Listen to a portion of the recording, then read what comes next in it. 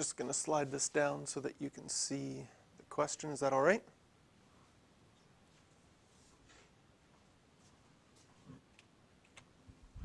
With these equations, the idea is if we have more than one trig function, like if we have sine and cos in equation, or if we have sine and tan in equation, usually we can't solve for that.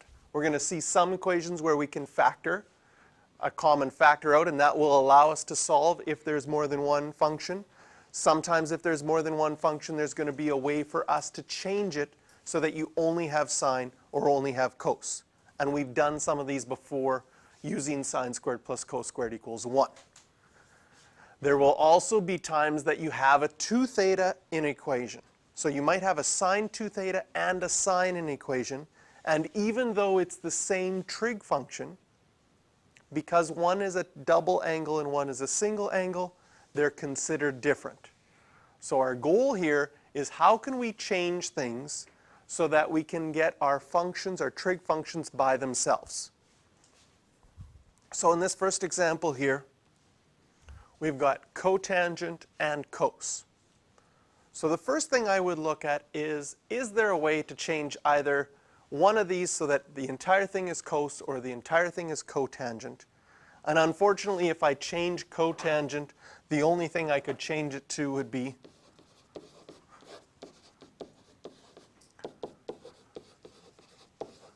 cos theta over sine theta. Now we still have two functions here. This is an equation, it's not a proof, so you can work on both sides. What I'm going to do right now, just to get rid of the fraction, is multiply both sides by sine theta. So imagine multiplying this side by sine theta and this side by sine theta. These sine thetas will simplify.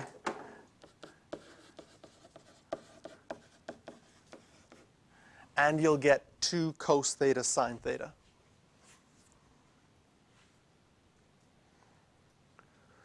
Now this time we have sine, we have cos, we still have two functions. We have to say, can we change sine to cos or cos to sine? Sometimes we can. For example, since we know that sine squared theta is 1 minus cos squared, if we had a sine squared theta here, we could change it to 1 minus cos squared. Question, if sine squared is equal to 1 minus cos squared, because some of you will want to maybe do this, sine theta equal to 1 minus cos. Is that a true statement or a false statement?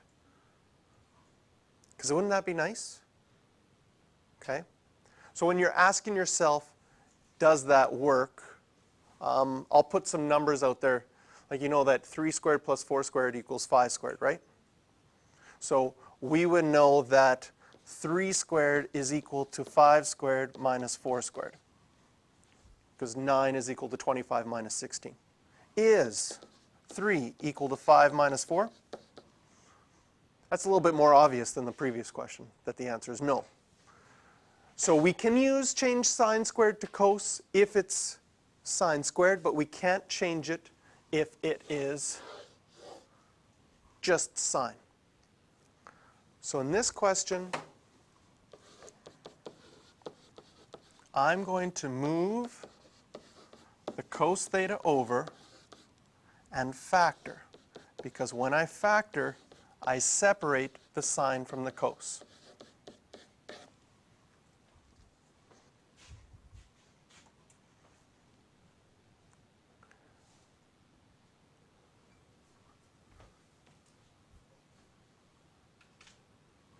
And then, when it's factored, cos could be 0, or here, sine theta could be a half.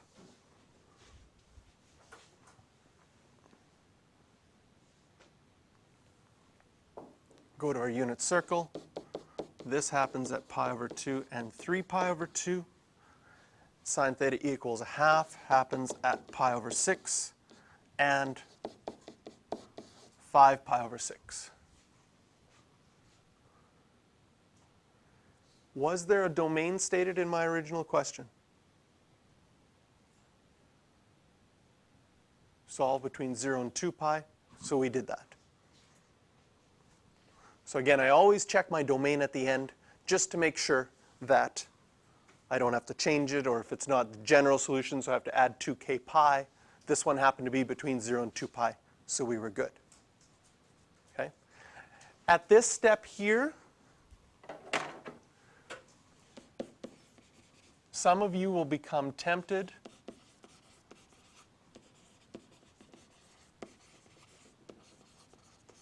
to divide by cos theta. Because if at this step you divide both sides by cos theta, can you see that you're left with just sine? And what will happen is you will only get this side of the equation, because you'll get sine theta equals a half. And you'll miss those two answers. Because in this equation, just looking at it, can you see that cos, if cos is 0, the left side would be 0, and 2 times 0 times sine will be 0. So cos is 0 is a solution. And if you're tempted to divide by cos 0, you might, cos theta, you might be dividing by 0 without even knowing it. Even though you successfully get it down to one trig function, you'll miss these two answers. You'll see that a little bit when you get your quizzes back tomorrow as well. Okay, continuing with some more notes. Either continue on page 666 or you can continue this on page 667. With the double angles, when a double angle appears in a trig function, sometimes it's a multi-revolution question, and sometimes it's one where you use the double angle identity. So when you see a 2 theta, sometimes it's a double angle identity and sometimes it's multi-revolution question.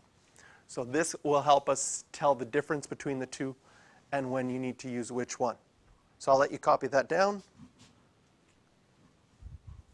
All right. So we'll start with the multi-revolution one. What the note said there is if you have just a double angle, as we do here, cos 2x and a number, you can get the double angle by itself. You get cos 2x equals root 3 over 2. And this is a multi-revolution question. So what we can do is we can say, well, if x was between 0 and 2 pi, 2x's would be between 0 and 4 pi. So that's twice around the circle. Root 3 over 2 for cos is part of the pi over 6 family in quadrant 1 and quadrant 4. That's the first time around. And the second time around, you would have 13 pi over 6, because you're adding 2 pi, and 2 pi is equal to 12 pi over 6. So if I add 12 pi over 6 to pi over 6, I'll get 13 pi over 6. If I do the same thing for the angle in quadrant 4, I'm going to get 23 pi over 6.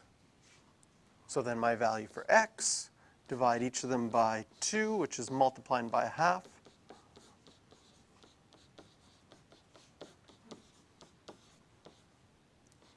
Wow, that's a pretty 3. 23 pi over 12.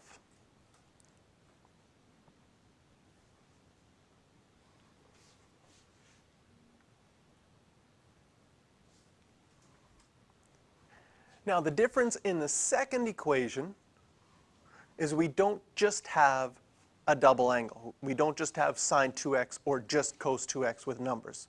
We have sine 2x and an additional sine x function. So in this case, we wouldn't be able to solve it as a multi-revolution question. So our only option is to change it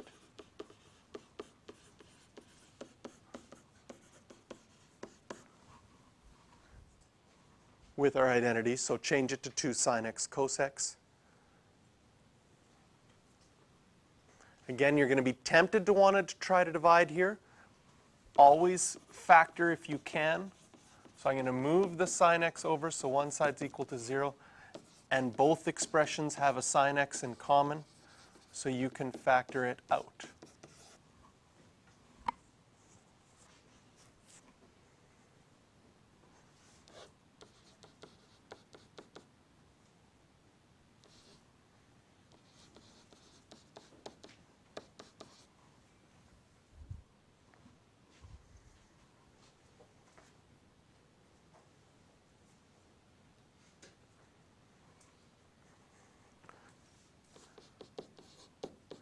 So sine x is equal to 0 at 0, pi, and 2 pi, and cos x is equal to a half, quadrant 1, pi over 3 family, and quadrant 4, 5 pi over 3.